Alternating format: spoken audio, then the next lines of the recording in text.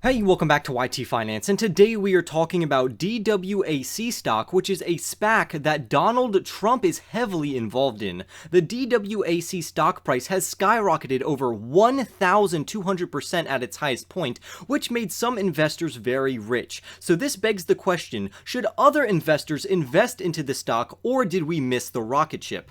We will also talk about what Donald Trump plans to do with his social media company after it goes public through this SPAC, and if this is a good stock to buy into. Then lastly, for our bonus content segment, I will provide an update on SENS stock pertaining to their approaching FDA approval catalyst. Donald Trump's social media company is trying to be a publicly traded company on the stock market, and to do this, Trump is utilizing a company named Digital World Acquisition Corp, which is a blank check company. This SPAC has rallied so aggressively that it was stopped from being traded on 2 different occasions, which is insane. This stock currently trades on the NASDAQ under ticker symbol DWAC, and it went from just trading at $10 per share to $35 per share, all the way up to $175 per share, and since then it has now pulled back and it now currently trades at around $80 per share. Here is a quick glance of the stock's chart, and it's absolutely insane, but the question still remains, and that is,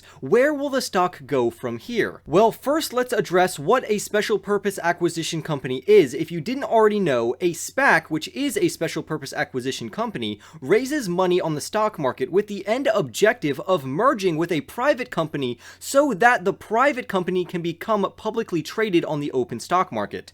On Thursday, DWAC Stock was the most traded stock on Fidelity's brokerage platform and one of the top mentions on Reddit's Wall Street Bets, which drew tons of attention to the stock, and it sent this stock trending on Twitter. Specifically on Wall Street Bet's message board, there is a post where a stock trader made $10,000 from betting on the success of this SPAC, which drew more than 800 comments, and many others have stories very similar to this, which just drew more attention to this SPAC. However, the hype is not about the SPAC itself, but rather the company that it plans to take public, which is Donald Trump's social media platform. The mission of this company is to, and I quote, "create a rival to the liberal media consortium and fight back against the big tech companies of Silicon Valley, which have used their unilateral power to silence opposing voices in America." End quote. Now, I don't know if Trump has the backing or power to challenge the current big tech companies because of how influential and centralized they are,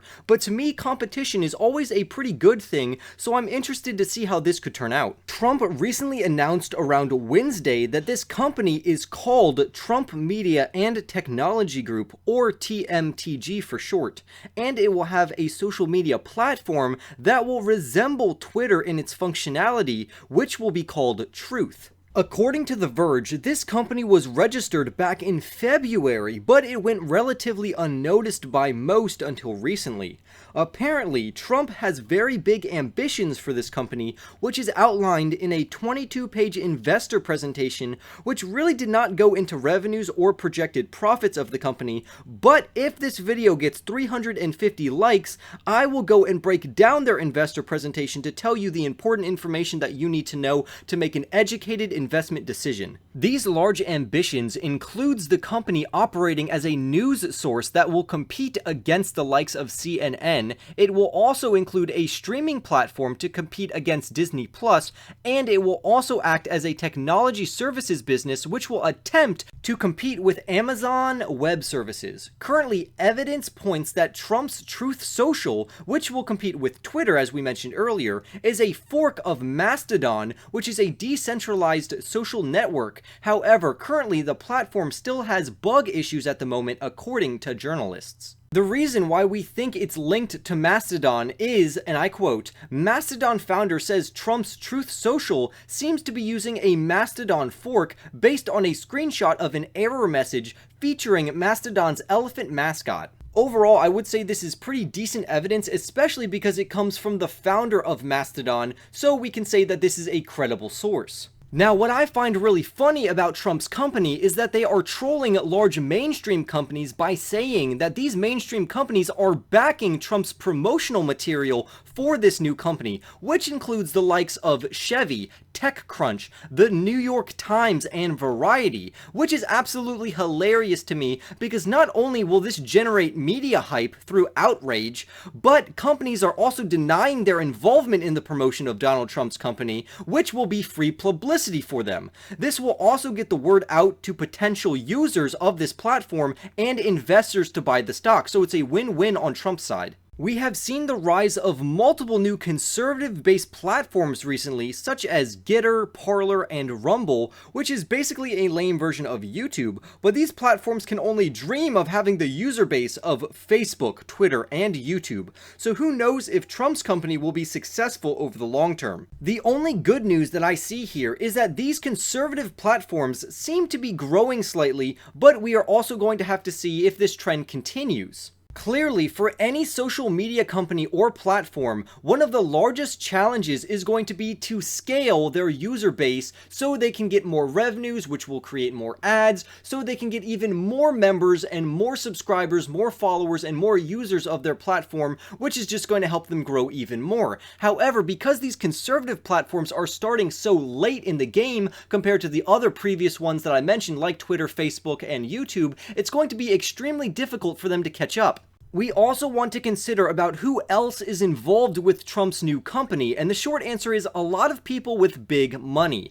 For instance, the SPAC that Trump's company is merging with was started by Patrick Orlando, who is an investment banker who also ran a sugar trading company. Also, the chief financial officer of the SPAC is a serial entrepreneur who currently serves on Brazil's National Congress. The company will also have an executive on its board of directors from Midway Games and Atari, a skilled hedge fund technology investor, a real estate mogul, a portfolio manager, and multiple business owners who run their own resort businesses and a successful bottled water company. The founder of the SPAC also has other SPAC companies, and one of them is trying to merge with a hydrogen fuel cell firm, which could be valued after the merger anywhere from $800 million to $1 billion. The SPAC is named Benacera Capital Acquisition Corp, and the company is called E-Combustible. So if you really like special purpose acquisition companies and you think this one will also take off, feel free to check that out. However, I personally will not be investing into this company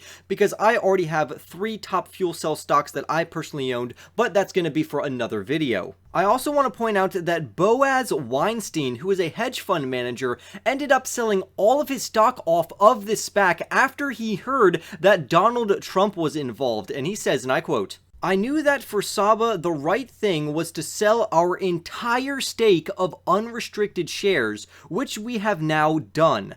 Many investors are grappling with hard questions about how to incorporate their values into their work. For us, this was not a close call." Now, I can appreciate someone standing by their values, but as a hedge fund manager, your job is to make sure that your clients gain money and not lose any opportunity cost and also not lose any money. And let me tell you, you missed out on a load of money by selling all of these stocks. Anyway, now we're going to get to our bonus segment, which is SENS stock, ticker symbol SENS. The SENS stock price has risen by around 10% recently, however the stock did pull back around 3%, so it gave up some of those gains. The shocking thing is that there hasn't been any real news from the company lately, however the projection and anticipation for their FDA approval for their continuous glucose monitoring system for people with diabetes continues to rise, and it takes the stock price up with it. We have to keep in mind that Senseonics is the clear underdog here compared to its competitors, which are Abbott Laboratories, Dexcom, and Medtronic. With a $1.6 billion market cap with only $14 million worth of projected revenues for the year, it's hard to be bullish on this stock at first until you realize that once the FDA approval comes in for their 6-month continuous glucose monitoring system,